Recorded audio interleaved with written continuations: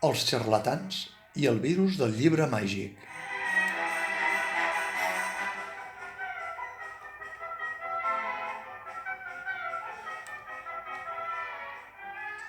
De virus n'hi ha de moltes menes, però si abans només es coneixien els que produïen infeccions corporals, ara són capaços de capgirar el món i complicar la vida dels terrícoles des de les entranyes dels ordinadors, els smartphones o les tauletes. Per això, en aquesta aventura de gènere fantàstic de la companyia Té Gràcia,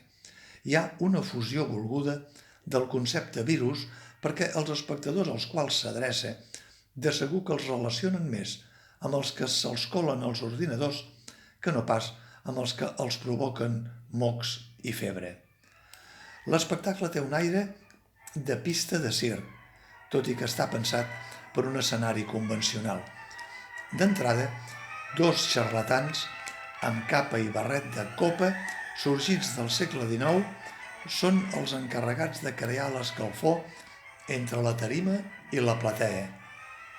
Hi ha aquestes i altres interrelacions entre escenari i públic. Com se sap, els xarlatans són, o eren, aquells que anaven amb carruatges per places de pobles i ciutats, oferint els seus elixirs més extraordinaris, els més populars dels quals eren els que feien créixer el cabell amb l'afegitó que si se'n compraven 2 flascons et regalaven una pinta de garantia. Aquí, els xarlatans en qüestió,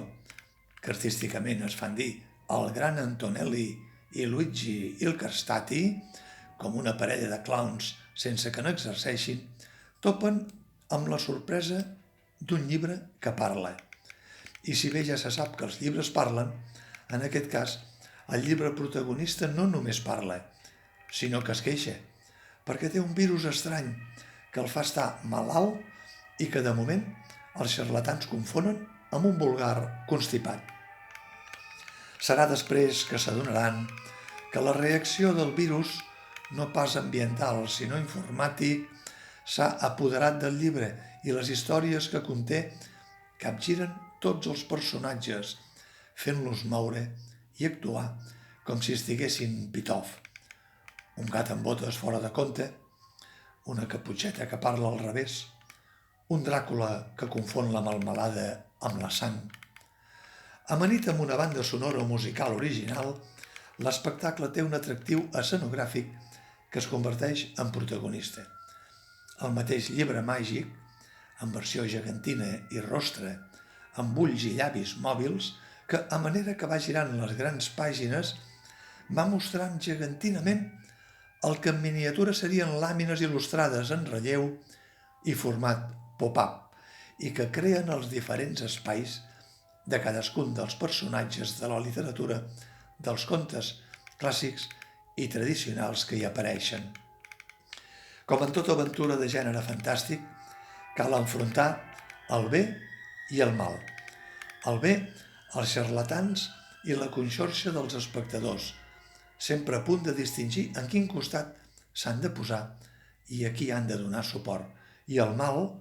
en la personificació del virus informàtic, un virus femella més aviat, un personatge psicodèlic que en titelles o teatre clàssic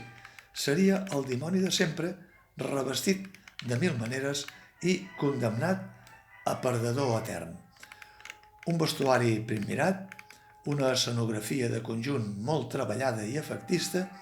i una il·luminació suggerent acompanyen un guió que no s'entreté gens fins a arribar als 60 minuts de la trama,